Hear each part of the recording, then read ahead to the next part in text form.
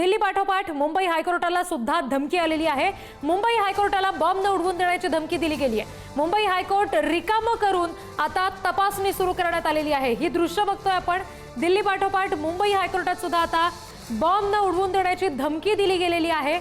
सध्याच्या क्षणाला मुंबई हायकोर्ट रिकामं करण्यात आलंय आणि त्या संदर्भानं जी बॉम्ब उडवून देण्याची धमकी आलेली आहे त्या संदर्भानं तपास देखील सुरू करण्यात आलेला आहे।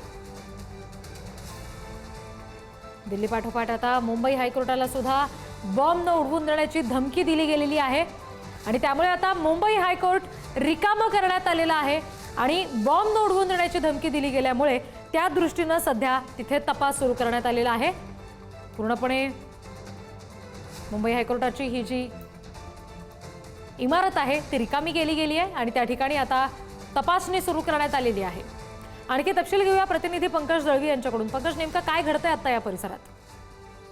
मुंबई उच्च न्यायालयाला धमकीचा मेल आल्याची माहिती मिळते। त्यामुळे एक ज्याला आपण म्हणतो प्रिकॉशन किंवा सावधानता बाळगण्यासाठी किंवा सुरक्षेसाठी मुंबई हायकोर्टचा जी पूर्ण प्रिमायसेस आहे, जो भाग आहे तो रिकामा करायची प्रक्रिया पोलिसांनी सुरू केल्याची माहिती मिळते। अर्थात त्या मेलची सत्यता काय आहे, मेलमध्ये असलेल्या गोष्टी खरंच आहेत का, अशा पद्धतीची जी आहे ती पडताळणी सुरू आहे। दुपारनंतर काही हायकोर्टामध्ये काही अनुचित प्रकार घडवून आणण्याची धमकी या मेलच्या माध्यमातून दिल्याचं समजतंय। त्यामुळे खबरदारीची उपाययोजना म्हणून मुंबई हायकोर्ट आणि मुंबई हायकोर्टाचा परिसर जो आहे तो पूर्णपणे रिकामा करायला सुरुवात केलेली आहे। पोलिसांनी पूर्णपणे सर्च ऑपरेशन सुरू करतायत की तिथे काही विघातक वस्तू ठेवण्यात आली आहे का, ज्याच्याकरून धमकीच्या मध्ये म्हटल्याप्रमाणे असं काही स्फोटकं ठेवण्यात आली आहेत का किंवा तत्सम काही वस्तू ठेवण्यात आली आहे का, याची पूर्णपणे तपासणी केली जाणार आहे। BDDS bomb detection and disposable squad आहे ते तिथे पोहोचतील। सर्व श्वान पथकाच्या माध्यमातून ती पूर्ण तपासणी जी आहे ती केली जाण्याची शक्यता आहे। मात्र सध्या या बाबतीतली अजून कुठलीही स्पष्टता नाहीये। मात्र खबरदारीचा उपाययोजना म्हणून जे मुंबई उच्च न्यायालयाचा परिसर आहे तो पूर्णपणे रिकामा करायला सुरुवात केली असं प्राथमिक माहिती मिळते। अर्थात अधिकृतरित्या पोलिसांकडनं मुंबई उच्च न्यायालयाच्या बाबतीत नक्की काय घडतंय, काय ह्या पद्धतीने खाली ती माहिती दिली जाईल। जी नक्की, धन्यवाद सगळ्या माहितीसाठी पंकज।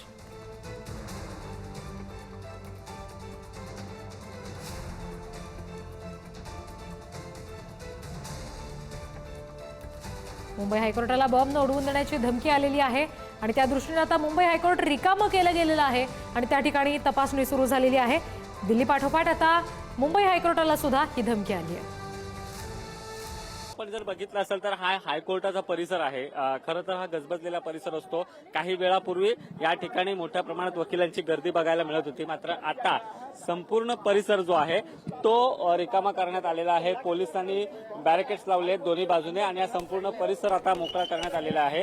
ज्यावेळी धमकी आली असं समजलं त्यावेळी सर्व वकिलांना जे आहे ते बाहेर काढण्यात आलं आणि आता या रस्त्याच्या पलीकडे सगळे वकील जे आहेत ते या ठिकाणी उभे आहेत।